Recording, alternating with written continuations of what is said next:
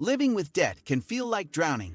Every payment just enough to keep your head above water, but never enough to breathe. A year ago, I was $30,000 deep in credit cards, student loans, and a personal loan, unsure how I'd ever break free. But with a clear plan, ruthless budgeting, and side hustles, I turned my financial life around in just 12 months. I'll share exactly how I did it, every strategy, sacrifice, and lesson learned to help you take control of your money and start your journey toward debt-free living. Today, we will talk about debt-free living, how I paid off $30,000 in 1 year. So, before we start, make sure to hit the like button and subscribe to my channel. Paying off $30,000 in debt in just 1 year was one of the most challenging yet rewarding accomplishments of my life. It wasn't easy, and it required a level of discipline and transparency I had never practiced before. But with intentional planning, sacrifice, and a shift in mindset, I did it, and I want to share exactly how. Whether you're dealing with student loans, credit card debt, personal loans, or a combination of all three, I hope my story provides you with actionable steps and the motivation to reclaim your financial freedom. Understanding the debt situation. At the beginning of the year, I was staring at a massive wall of debt. $12,000 in credit card balances across 4 cards, $10,000 remaining on a personal loan I took out for a car, and about $8,000 in student loans. The minimum payments were draining almost 40% of my monthly income, and the interest, especially on the credit cards, was compounding faster than I could pay it down. For a long time, I had ignored the total balance, paying just the minimum and hoping one day it would magically disappear. The turning point came when I reviewed my credit report and saw how much I had paid in interest in the previous year, over $3,500. That moment stung. It was money I could have saved or invested, wasted because of financial habits I hadn't taken responsibility for. Creating a detailed debt inventory. The first step I took was creating a complete and honest inventory of my debt. I listed every account, the outstanding balance, the minimum monthly payment, and most importantly, the interest rate.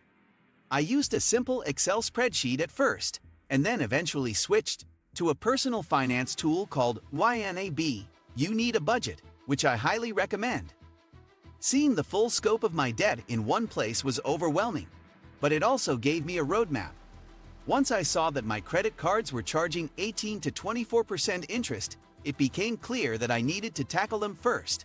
Choosing a debt payoff strategy. After researching different methods like the debt snowball and debt avalanche, I chose the avalanche method. This meant paying off the debts with the highest interest rates first while continuing to make minimum payments on the rest. This strategy made the most sense mathematically. It saved me the most in interest over time. My highest interest card, 24.99%, had a balance of about $4,200, and I targeted that with every extra dollar I could find. Cutting expenses ruthlessly. If there's one thing that made the biggest impact, it was radically reducing my monthly spending. I started by tracking every single dollar I spent for 30 days. This revealed that I was spending almost $600 a month on food, mostly eating out and ordering delivery. I cut that down to $200 by meal prepping, cooking in batches, and buying in bulk. I also canceled every subscription I didn't absolutely need. Netflix, Spotify Premium, subscription boxes, and even my gym membership. I started running outside and using YouTube workouts. I renegotiated my phone bill and switched to a cheaper plan, saving another $30/month. I cut cable and switched to a streaming service only when I needed downtime. These small sacrifices added up to big monthly savings, about $800/month in total, increasing my income. While cutting expenses was crucial, it wasn't enough to meet my goal. I knew I had to increase my income. I started by picking up a side hustle on the weekends, delivering for DoorDash and Uber Eats. I did this Friday through Sunday, usually earning between $200, $400/week depending on the hours and tips. I'd also started freelancing as a virtual assistant on Upwork, doing data entry and admin tasks at night, which added another $300, $500/month. Eventually, I even asked for a raise at my full-time job, armed with performance data and a list of responsibilities I had taken on, and was granted a 6% salary increase. Between all these efforts, I was bringing in an extra $1,000, $1,500 per month. Every penny of this extra income went straight to debt. Living below my means. This was more than just cutting costs, it was about changing my mindset. I stopped comparing myself to others. I unfollowed influencers that made me feel like I had to spend money to be successful. I didn't upgrade my phone or buy new clothes. When friends invited me out, I was honest and said I was working toward a financial goal. Sometimes I stayed in instead of going out. Other times, I found budget-friendly ways to socialize, picnics, game nights, or happy hour specials. I embraced minimalism and stopped buying things to fill emotional voids. Learning to live with less gave me a surprising amount of peace. Building an emergency fund.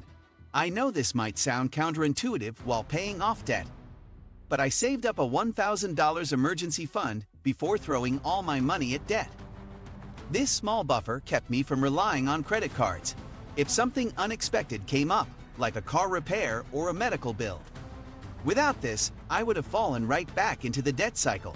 Eventually, as I gained more financial footing, I increased it to $2,000 just for extra peace of mind. Staying motivated and tracking progress. There were months I felt discouraged, especially when an unexpected expense set me back. During those moments, I looked at how far I had come. I kept a visual debt tracker on my fridge, colored in each milestone, and celebrated every $5,000 paid off. I joined online communities like r/Personal Finance and Debt-Free Reddit, and followed debt-free stories on Instagram and YouTube. Reading others' success stories kept me going and reminded me that I wasn't alone. The final push. By month 10, I had paid off over $22,000. I received my annual bonus at work in November, which I immediately put toward my final credit card balance. I used my tax refund, about $2,200, in the spring to knock out a big chunk of my personal loan. By December, I made my final student loan payment and was officially debt-free. That feeling of logging in to all my accounts and seeing a $0 balance was surreal. I cried. I screamed. I took a picture and printed it as a reminder that anything is possible with consistency and effort. Lessons I learned. The journey taught me so much more than just how to manage money. I learned patience, resilience, and discipline. I realized how powerful small daily decisions can be.